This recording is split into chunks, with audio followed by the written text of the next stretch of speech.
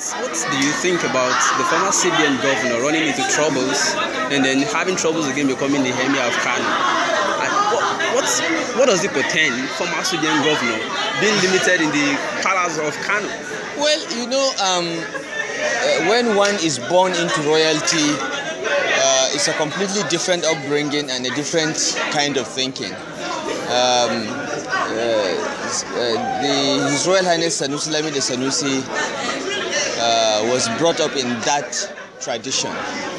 Though he got the best forms of Western as well as Islamic education and a very cosmopolitan person, Lamido can fit anywhere in the world because of his level of exposure, intellect, and erudition. But he has chosen, right from childhood, to be nothing but the Emir of Kano. It has been a personal aspiration of his right from the time I first met him, when he was barely 16 years old. So, how you would take it is not the way he has been programmed to take it. And I'm very happy for him, because 37 years ago we discussed his aspiration to be the Emir of Kano. There is nothing more important to him in his life than to be the Emir of Kano.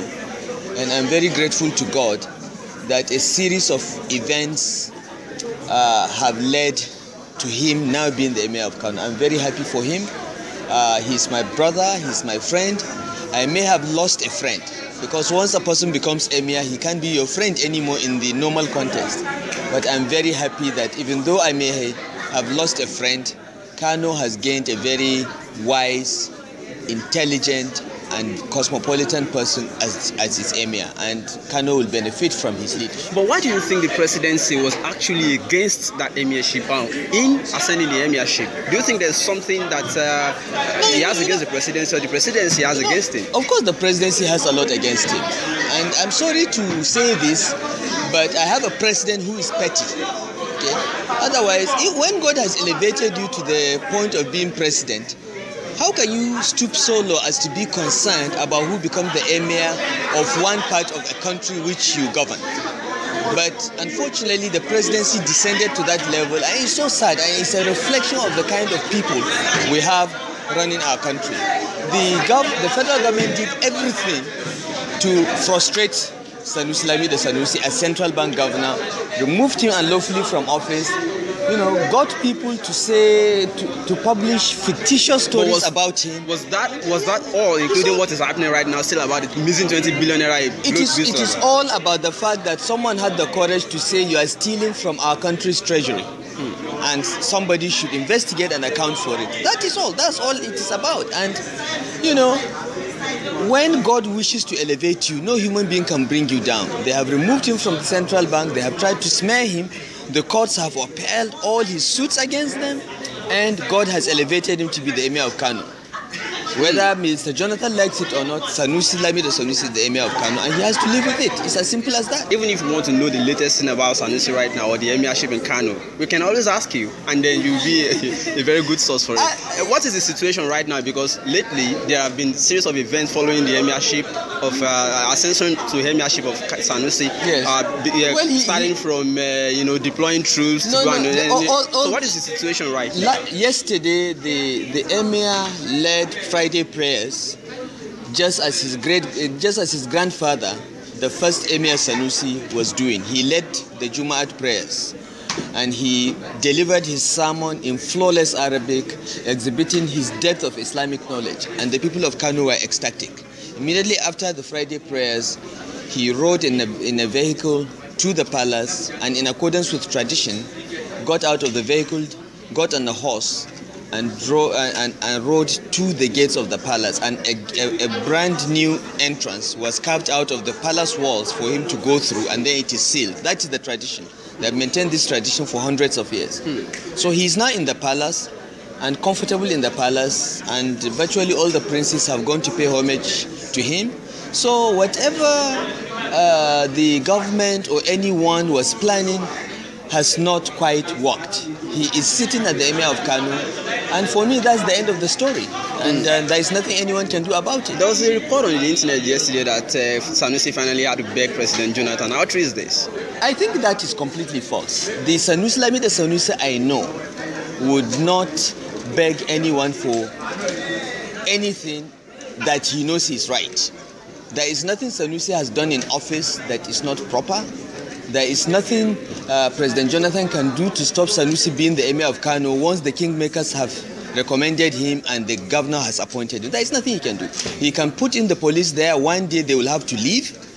Either they leave now, or when Jonathan is voted out of office, they will leave and he will move into the palace. It will not be reversed. It will not be changed. There is nothing you can do. It's a traditional institution with its own rules, and it is not subject to any oversight by the president of Nigeria. So it was a matter of time, and we're prepared to wait them out. Does APC know anything about Chibok abduction and all the Rescue Our Girls campaign? It's laughable. Look, this government is incapable of doing anything. Even if you ask them to eat food, they will not do it competently. They are so incompetent that they don't. They speak in ways and manners that really has reduced Nigeria to a laughingstock in the world. Who is APC? Who in APC will arrange the abduction of girls? To what end? To what purpose? They should come out, and if they are the government, if they know anyone, if Nasir El-Rufai is involved, what are they waiting for? Arrest me and prosecute me. But they are all a bunch of liars. They only know how to point fingers at anyone. They don't know how to govern. Instead of sitting down and solving problems, they point fingers at other people. They blame others to divert attention from their incompetence. The primary responsibility of any government is to provide security. They have failed woefully. Instead of focusing on it, they are blaming people. Who is behind the abduction? Who is behind terrorism in APC? You are the government. You have security agencies. You have intelligence agencies. You have the army. You have the police. We have courts. What are you waiting for? And then what are they waiting for? There have also been accusations that you are the party APC, being the biggest opposition party so far in Nigeria, until now, as we speak right now, is taking advantage or exploring advantage of the fact that there's terrorist crisis in the country, and you're exploring that. Why shouldn't to score cheap political points? What is we are in opposition? Are we supposed to let a government that has become so incompetent will be praising them and say that, oh, terrorism is happening, Jonathan is doing nothing, well done Jonathan? Are we supposed to do that? We are in opposition. Our job is to look at even good things that they are doing and say they are not doing it well. That is the job of opposition. So we have no apologies for pointing out to Nigerians that this government is incompetent and has failed to provide security. If you say we are politicizing it, fix the problem so that we can't politicize it. Okay? Are we politicizing breathing of air? Every Nigerian can breathe air. We can't politicize it because there is no problem there. But if you fail to supply petroleum products and we say you are failing, you say we are politicizing it. Fix the problem so that we don't politicize it. If you say that there is terrorism, we are politicizing it, eliminate terrorism. 5 years ago, nobody is talking about terrorism in Nigeria. Under Jonathan, it has become an industry.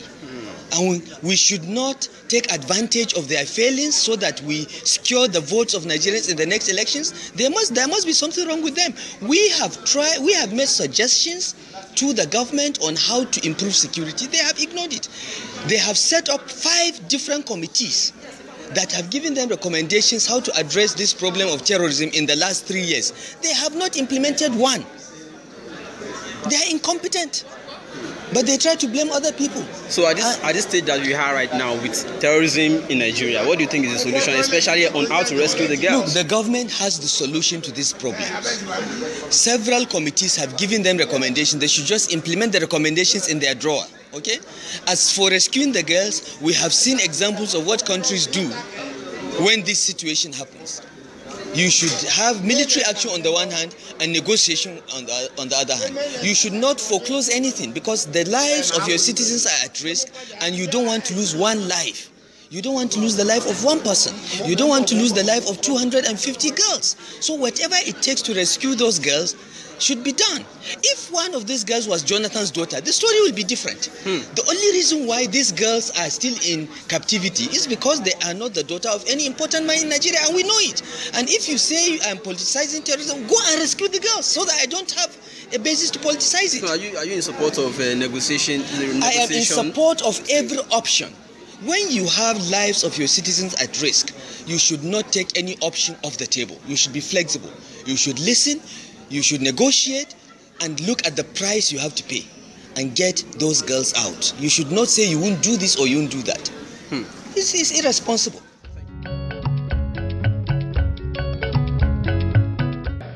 Well,